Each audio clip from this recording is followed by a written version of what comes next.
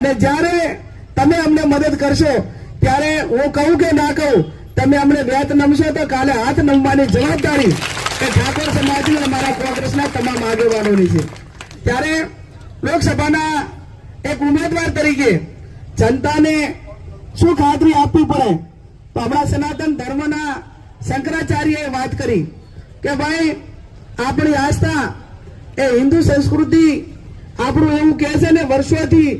સાધુ સંતોની અને તમામ ગૌ ભક્તોની એક માગણી છે કે આ દેશની અંદર ગૌ વંશ અને ગૌ હત્યા ઉપર પ્રતિબંધ આવે એવો અવાજ એવા નીચેથી ઉઠ્યો છે। ત્યારે સૌથી પહેલા લોકસભાના ઉમેદવાર તરીકે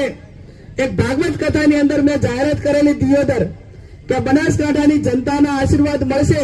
તો વિપક્ષ હોય કે શાસક પક્ષ હોય, સૌથી પહેલી રજૂઆત મારી સમગ્ર દેશની અંદર ગૌ વંશ અને ગૌ હત્યા ઉપર